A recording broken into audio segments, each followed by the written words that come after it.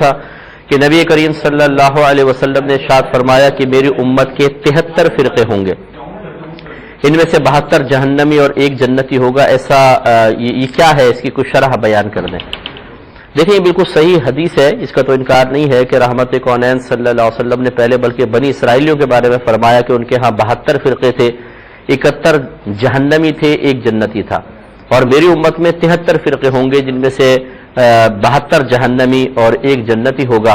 صحابہ کرام علیہم رضوان نے پوچھا رسول اللہ صلی اللہ علیہ وسلم وہ ناجی یعنی نجات پانے والا فرقہ کون سا ہے؟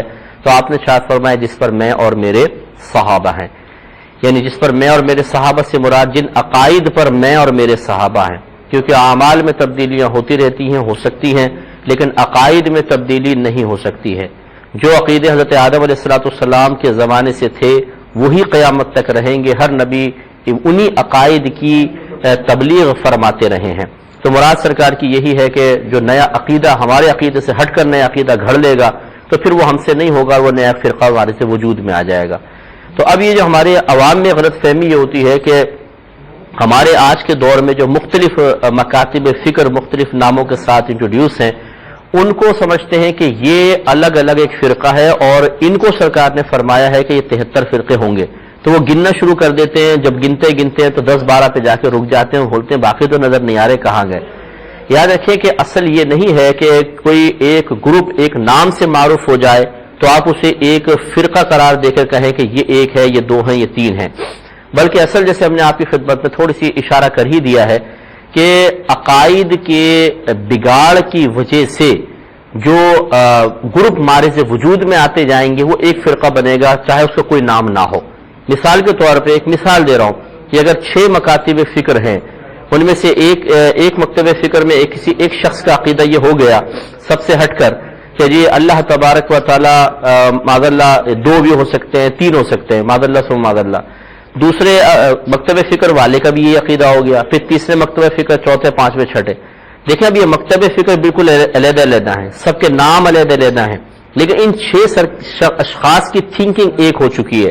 ان کا عقیدہ یہ ہے ایک فرقہ، یہ ایک گروپ ہے. اس طرح سرکار بیان فرما رہے ہیں. اب وہ کسی بھی گروپ میں سے ہو سکتا ہے. یہ کہنا غلط ہوگا کہ جی اس نام کا نام یعنی فرقے والے جتنے بھی ہیں سب کے سب جنتی ہوں گے اور اس فرقے والے جتنے بھی ہیں سب کے سب جہنمی ہوں گے. یہ کہنا بالکل بیجا ہے. اصل چیز یہ نہیں ہے کہ کون کس نام سے متعارف ہے، اصل یہ ہے کہ کسی شخص کے عقیدے میں بگاڑ ہے یا نہیں. اگر خدا نخواستہ اس کے عقائد قرآن و سنت سے ہٹ کر ہیں تو اب وہ چاہے اپنا کچھ بھی نام رکھ لے وہ شخص قابل گرفت ہوگا. اور اس طرح کی سوچ رکھنے والے جتنے بھی ہوں گے چاہے وہ کسی بھی مکتب فکر میں وہ اسی کے ساتھی کہلائیں گے اور وہ ایک فرقہ ہوگا. اس طریقے سے یہ نہ دیکھیں کہ نام کیا کیا ہے بلکہ یہ دیکھیں کہ سوچ اور فکر کیا کیا ہے، عقائد کیا کیا ہے. اس اعتبار سے 73 فرقے بنیں گے اور اس میں 72 فرقے یعنی جو گمراہ ہوں گے وہ بنیں گے کہ 72 قسم کے ایسے گروپ بنیں گے. اور ضروری نہیں کہ ہر گروپ کے اندر لاکھوں لوگ ہوں، یہ ہو سکتا ہے 6 کا ایک گروپ بنے، 7 کا ایک گروپ بنے، 50 کا ایک گروپ بن جائے، 5 لاکھ کا ایک گروپ بنے، 1 کروڑ کا ایک گروپ بن جائے. بالفرض اس طریقے سے ہو سکتا ہے کہ 73 گروپ بنیں گے اور ان کے آپس کے اندر عقائد جو ہے وہ یعنی ایک گروپ کے اندر جو افراد ہیں ان کے آپس کے عقائد ایک جیسے ہوں گے اور وہ گمراہی کی وجہ سے جہنم میں جائیں گے. اس چیز کو اگر آپ سمجھ لیں گے تو بہت سارے وساوس سے آپ بچ سکتے ہیں.